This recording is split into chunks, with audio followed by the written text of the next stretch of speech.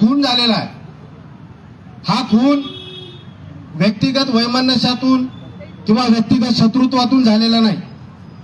हा खून समाजामध्ये जी काही गुंड प्रवृत्ती वाढलेली आहे, गँग करून समूह करून दहशत घालण्यासाठी जे दहशतवादी गँग तयार झालेली आहे, त्या दहशतवादी गँगनं हा खून केलेला आहे. म्हणजे आपण सर्वांनी ही बाब ध्यानात घेतलेली आहे. आज जर आपण या मुद्द्याकडे दुर्लक्ष केलं, ते जर सगळे मोकाट सुटले, तर जसा राहुल बळी पडलेला आहे तसा आपल्या कुटुंबातील कोणी इनोसंट व्यक्ती, कोणी निष्पाप मुलगा मुलगी किंवा कोणी सिनियर अशा गुंड प्रवृत्तीला उद्या बळी पडू शकतो. त्यामुळं आपण जे काही या ठिकाणी मोर्चामध्ये सहभागी झालेलो आहोत, त्या सर्वांनी स्वतःचं घर वाचवण्यासाठी सुद्धा आपण इथं आलेलो आहोत. आपला परिसर वाचवण्यासाठी आपण या ठिकाणी आलेलो आहोत. आणि म्हणून आपल्या सर्वांचे आभार व्यक्त करण्याचं काही कारण नाही, कारण आपण सगळेजण सामूहिक जिम्मेदारी घेऊन या ठिकाणी आलेलो आहोत. आज हा जो मोर्चा आपण काढलेला आहे त्याच्या पाठीमागचं कारण काय? त्याच्या पाठीमागचं सगळ्यात पहिलं कारण आपल्या सर्वांचा इथल्या व्यवस्थेवरचा अविश्वास, पोलीस प्रशासनावरचा अविश्वास, न्यायालयीन जे काही सिस्टीम आहे त्याच्या विरुद्धचा अविश्वास, हा मुख्य कारण या ठिकाणी आपण जमल्याचा. आपल्याला असा विश्वासच मिळत नाही की अशी घटना घडल्याच्या नंतर सरकार स्वतःहून ऍक्शन घेईल आणि स्वतःहून मारेकऱ्यांना शिक्षा देईल, हा विश्वास आपल्याला कुणालाही वाटत नाही. म्हणून आपण हा मोर्चा काढलेला आहे. ही उघड गोष्ट आहे. कारण इतके प्रयत्न करून देखील या खुनामधील जो मुख्य आरोपी आहे प्रथमेश आणि त्याच्यासोबतचे 18 वर्ष पूर्ण व्हायला किमान एक 2-3 महिने बाकी असतील किंवा 4-5 महिने बाकी असतील. 18 वर्ष झाले नाही पूर्ण म्हणून त्यांना बाल न्यायालयात दाखल करण्यात आलं आणि बाल न्यायालयानं त्यांना मोकाट सोडलेला आहे. ते आता जमानतीवर बाहेर आहेत. न्यायालयाचा अपमान करण्याचा हेतू कुणाचाही नाही, परंतु मी जाहीरपणे या ठिकाणी टिप्पणी करू इच्छितो, बाल न्यायालयामध्ये बसलेले जे लोक आहेत ते निव्वळ बालबुद्धीचे लोक आहेत. छटाकभर सुद्धा अक्कल त्यांच्याकडे नाही आहे. त्यांच्यामध्ये जर सुधारणा करायची असेल, तो कायदा त्यांच्यामध्ये सुधारणा करण्यासाठी झालेला आहे आणि त्यांच्या सुधारणा करायचं असेल तर त्याला चाइल्ड होम मध्ये ठेवून त्याचं प्रशिक्षण करून त्याला चांगलं वाईट काय असतं याची जाणीव करून देण्याचं काम खरं तर या न्यायालयाचं होतं. पण हे न्यायालयाचा तर्क आम्हाला काही पटला नाही. या समाजामध्ये त्याला मोकळं सोडून त्याच्यात अशी कोणती सुधारणा तुम्ही घडून आणणार आहात, हा मोठा प्रश्न घेऊन आम्ही हा मोर्चा तुमच्या दाराशी आणलेलो आहोत. म्हणून महाराष्ट्र शासनाला ही बाब ध्यानात घेणं आवश्यक आहे. जे वेगवेगळे केसेस आहेत त्या सर्व केसेसमध्ये मोठ्या केसेस, बियाणीचा जो उल्लेख झाला या ठिकाणी, बियाणी या मोठ्या बिल्डरला ज्यांनी मारलेला आहे त्याच्यामध्ये सुद्धा 18 वर्षापेक्षा कमी वय असलेल्या मुलाचा समावेश आहे. औरंगाबादमध्ये खून खटला झाला त्याच्यात सुद्धा अल्पवयीन आहे. वेगवेगळ्या खटल्यामध्ये 18 वर्ष पूर्ण न झालेल्या कोवळ्या मुलांचा वापर करण्याचा प्रघात आता पडलेला आहे. ही काही अचानक घडलेली उद्भवलेली घटना नाही. यांना प्रशिक्षण मिळालेलं आहे. 18 वर्षाच्या पूर्वी तुम्ही खून करा, तुमची दहशत बसवा, आयुष्यभर तुम्ही दादा म्हणून फिरत राहा, आयुष्यभर म्हणून तुमची दहशत या समाजावर राहील, असं त्यांना प्रशिक्षण मिळालेलं आहे. आणि त्या प्रशिक्षणाच्या पोटी हे लोक खून करत आहेत, त्यांची गँग तयार झालेली आहे. त्याच्यामुळे म्हणून आपण आलेलो आहोत.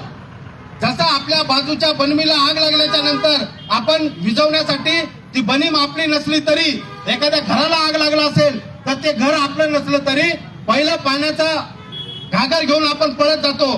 कारण 2 उद्देश त्याच्या पाठीमागे असतात. ज्याचं कुणाचं आहे ते नुकसान होऊ नये, ती आग विझली पाहिजे.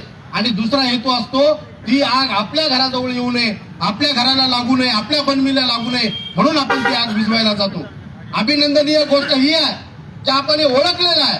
या परिसरामध्ये जर का अशा घटना घडायला लागल्या तर आपण कोणीच सुरक्षित राहणार नाही, हा धोका आपण सगळ्यांनी ओळखलेला आहे. त्यामुळे एकजुटीने आपण या ठिकाणी आलेलो आहोत. बरेच लोक असं म्हणत होते की हे मोर्चा कशासाठी काढतो आपण, ही न्यायालयात चालणारी केस आहे, तुम्ही रस्त्यावर उतरून काय साबित करणार आहेत.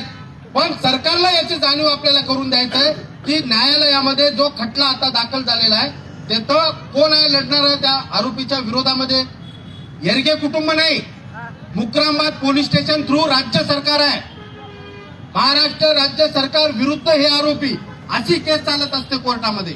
आम्हाला त्यांना काही मुख्य मागण्या करायच्या आहेत की सरकारनं ही केस मजबूतीनं चालवली पाहिजे. कारण सरकारमध्ये मॅनेज होण्याचे प्रकार खूप जास्त आहेत. तिथं सरकारी वकील असतील, सरकारी यंत्रणा असतील, ज्यांच्यावर आमचा पूर्ण विश्वास नाही, म्हणून हा मोर्चा आम्ही या ठिकाणी काढलेला आहे. दुसरा मुद्दा, हा जो खटला आहे तो जर वर्षानुवर्ष चालत राहिला तर याच्यामध्ये काही न्याय होणार नाही. म्हणून आपली जी मुख्य मागणी आहे याच्यामध्ये, ती मागणी म्हणजे हा खटला फास्ट ट्रॅक कोर्टामध्ये चालला पाहिजे, जलद गती न्यायालयात चालला पाहिजे, म्हणजे लवकर याचा निकाल लागला पाहिजे. याच्यामध्ये जेवढा जास्त वेळ जाईल तेवढं मोठं नुकसान आमच्या परिसराचंही आहे, येरगे कुटुंबाचंही आहे, त्यांना काही न्याय मिळणार नाही. आणि ही गोष्ट कोण करू शकते? या राज्याचे गृहमंत्री आणि या राज्याचे मुख्यमंत्री यांच्या हातामध्ये ही गोष्ट आहे. म्हणून या मोर्चाच्या द्वारे या राज्याचे गृहमंत्री आणि मुख्यमंत्री असलेले देवेंद्रजी फडणवीस, आम्ही यांना आव्हान करत आहोत की ही केस एक आयसोलेटेड केस म्हणून न बघता समाजाचं नुकसान म्हणून बघा आणि एक सार्वजनिक केस म्हणून जशी तुम्ही हातात घेतली, या केसला जलद गती न्यायालयात चालवण्यासाठी जी काही आवश्यक प्रक्रिया आहे ती प्रक्रिया पार पाडा आणि ही केस फास्ट ट्रॅक कोर्टामध्ये चालवा, ही एक मुख्य मागणी आम्ही घेऊन आलेलो आहोत. तिसरा महत्वाचा मुद्दा, ज्या वर्गात आता यांना जमानत का दिली याची माहिती आम्ही घेतली. त्यांनी ग्राउंड काय घेतलं की तो जो आरोपी आहे आणि त्याच्या सोबतचे आहेत, त्यांच्या 12वीच्या परीक्षा आहेत, त्याची परीक्षा बुडेल याच्या काळजीपोटी त्याला जमानत दिली. त्याचं शैक्षणिक नुकसान होऊ नये म्हणून त्याला जमानत दिली. म्हणजे सरकार किंवा न्यायालय कोणाचा विचार करत आहे? जो खून केलेला आहे आणि त्या खुनामध्ये जे सामील आहेत त्या लोकांची दया या सरकारला आणि न्यायालयाला आली. पण हे मूर्ख सरकार आणि मूर्ख न्यायालय हे विसरलेलं आहे. जे साक्षीदार आहेत ते साक्षीदार सुद्धा त्याच कॉलेजमध्ये आहेत, त्याच वर्गात आहेत, त्यांची सुद्धा 12वीची परीक्षा आहे आणि त्याच कॉलेजमध्ये आपल्या गावचे अनेक मुलं 12वीचे शिकत आहेत.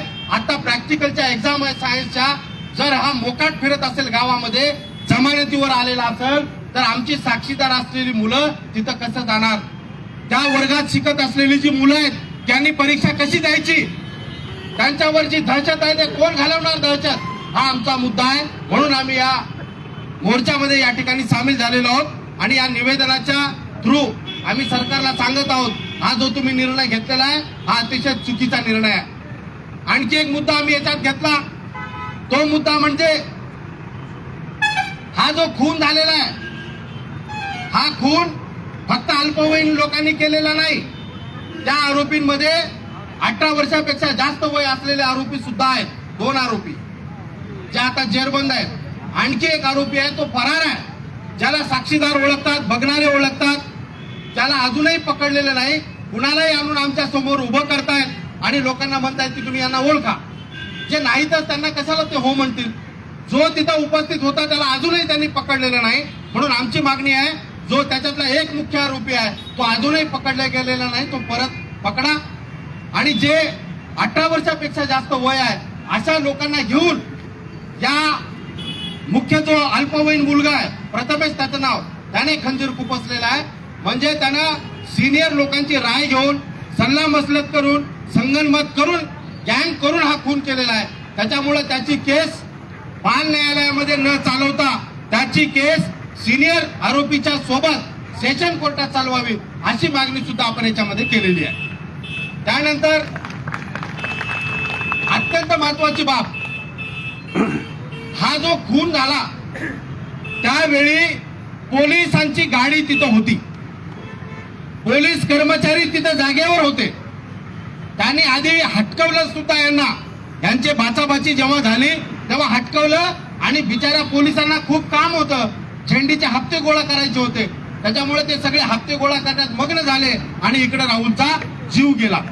त्या मूर्खांना जर एवढं समजलं होतं की इथं काहीतरी गडबड चालू आहे, किमान त्यांना नोटीस देऊन बाजूला करून, दोघांना चर्चा करून बाजूला करायला पाहिजे होतं. वातावरण निवळेल याची काळजी घ्यायला पाहिजे होतं आणि लक्ष ठेवायला पाहिजे होतं. पण तसं न करता पोलीस प्रशासन मात्र गाफील राहिलं आणि त्यांचा गाफीलपणा सुद्धा हा खून होण्यामध्ये कारणीभूत आहे. ही आम्ही बोलायला घाबरलं नाही पाहिजे, कारण या लोकांच्या गाफीलपणामुळेच या गोष्टी घडत असतात.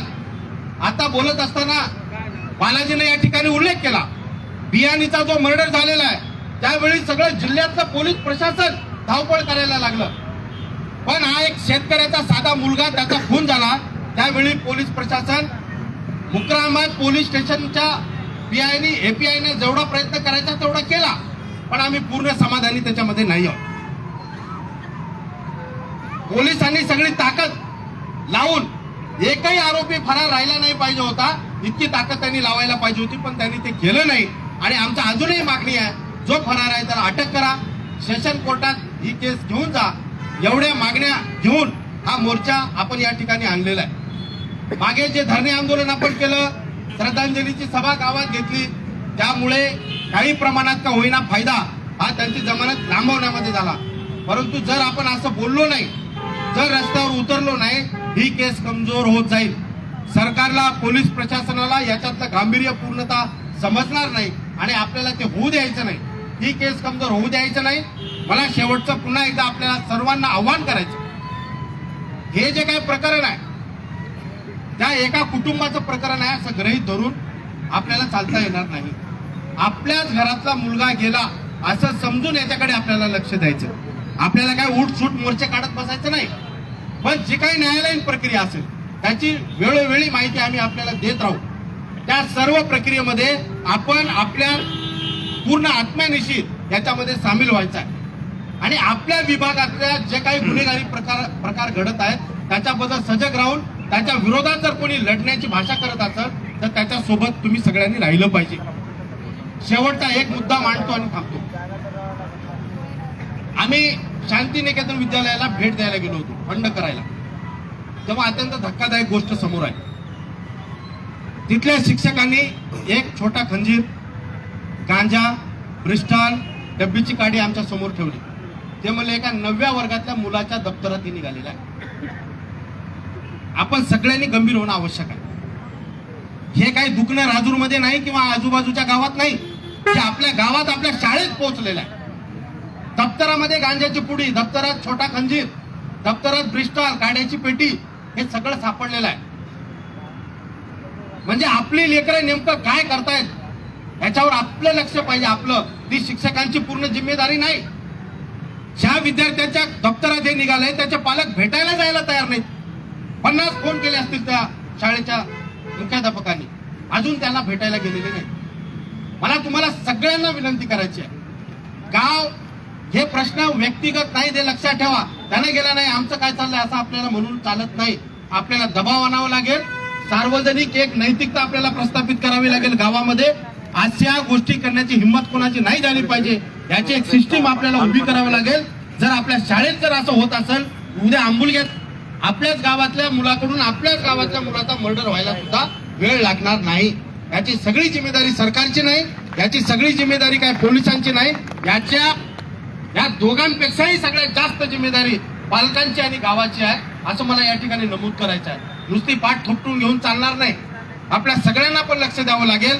आणि मला वॉर्निंग द्यायची आहे, काही शेतकरी गांजाचं उत्पादन घेत आहेत असं आम्हाला समजतंय, सगळ्यांना माहिती आहे, उघड सत्य आहे, पण कोण कोणाच्या विरोधात बोलायचं. पण आम्ही शत्रुत्व घ्यायचा निर्णय घेतलेला आहे. वॉर्निंग देत आहोत, ज्याच्या शेतात गांजा असेल त्यांनी उपटून फेकून द्या. आम्ही जाहीर मारुतीच्या मंदिरासमोर नाव घेऊन त्याच्या विरोधात एफआयआर दाखल करणार.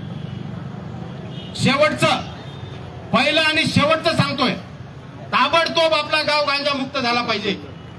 तुम्हाला वाटेल कोण आमच्या विरोधात जाणार आहे, आम्ही जाऊ, काय जीवाची पर्वा. काही लोकांना असं करावं लागेल, समोर यावंच लागेल. तर ही वॉर्निंग सुद्धा लक्षात ठेवा. आपल्या गावामध्ये सुद्धा हे जे भूत पसरलेलं आहे हे स्वतः लक्ष घाला, नाहीतर आयुष्यभर जेलमध्ये सडत राहाल. असं पण मला या ठिकाणी वॉर्निंग सरळ सरळ काही विशिष्ट लोकांना द्यायची आहे. उपस्थित असतील नसतील तर ज्यांना माहित आहे त्यांनी समजावून सांगा त्यांना, नसतील तर हा मेसेज त्यांच्यापर्यंत पोहोचवा. हा मोर्चाचा मेसेज आहे आणि जाहीरपणे तुमचा कार्यक्रम लावला जाईल, एवढं मात्र मला या ठिकाणी सांगावं लागेल. कारण गाव एवढं बुडत असताना आपण उघड्या डोळ्यांनी बघू शकत नाही. म्हणून हे जे काही मागण्या आपण या ठिकाणी आणलेलो आहोत या सर्व मागण्या घेतल्या.